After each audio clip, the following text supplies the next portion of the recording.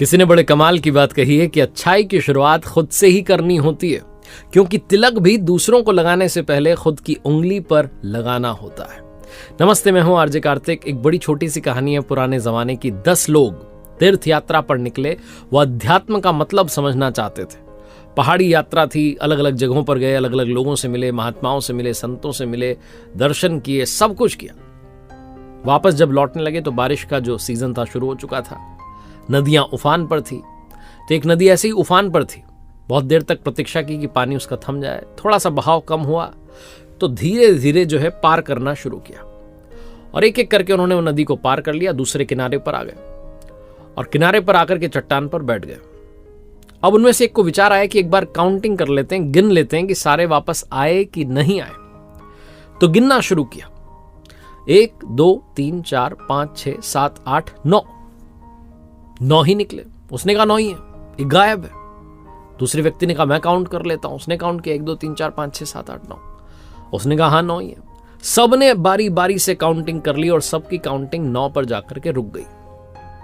बहुत उदास, बहुत परेशान हुए, रोने लग गए। आंखें नम हो गई कि हमने अपने एक साथी को यहां खो दिया। हमारा एक साथी हमसे बिछुड़ गया। हम अध्यात्म खोजने निकले थे, अपने साथी को छोड़ के जा रहे हैं।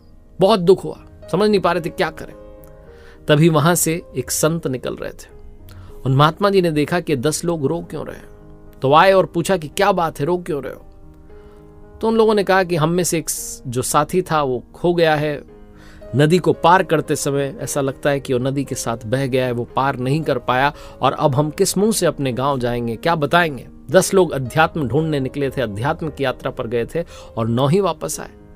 महात्मा जी ने कहा रुको मैं काउंट कर लेता हूं। महात्मा जी ने गिनती की 1 2 3 4 5 6 7 8 9 10। उन्होंने कहा पूरे 10 हो। वो बात मानने को तैयार नहीं, बोले नहीं गुरुजी हमारी गिनती देखिए, करके बताइए। गुरुजी ने कहा तुम समझ नहीं रहे हो, तुम गिनती ही गलत कर रहे हो। बोले गिनती पर आप सवाल उठा रहे हो, हमें गणित नहीं आती। गुरुजी ने कहा छोड़ो, जो करना है करो। महात्मा जी अपना निकल गए।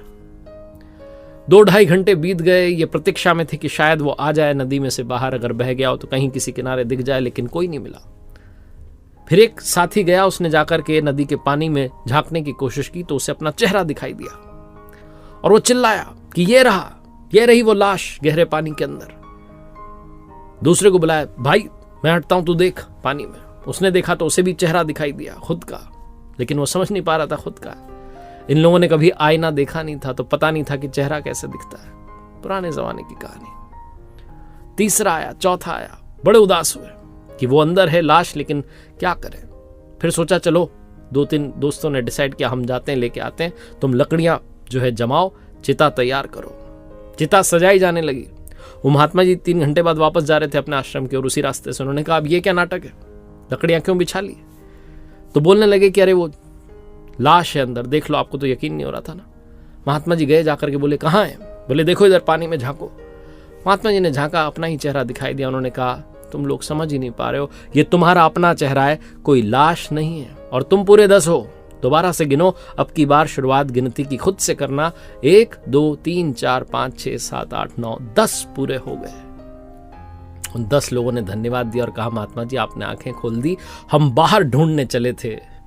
महात्मा जी ने कहा बाहर कुछ नहीं है, जो भी है अंदर है। अपने मन में झांको, अपने आप को साफ करना, स्वच्छ करना शुरू करो, जिंदगी बदल जाएगी। बहुत छोटी सी कहानी है जो सार यही सिखाती है कि हम बाहर ढूंढ रहे होते हैं, बाहर की दुनिया पर सवाल उठा रहे होते हैं। अपनी दुनिया बदलनी है तो अंदर दुनिया बदलना शुरू कीजिए। अपने विचारों को शुद्ध करना शुरू कीजिए। आपके कर्म अपने आप शुद्ध होना शुरू हो जाएंगे।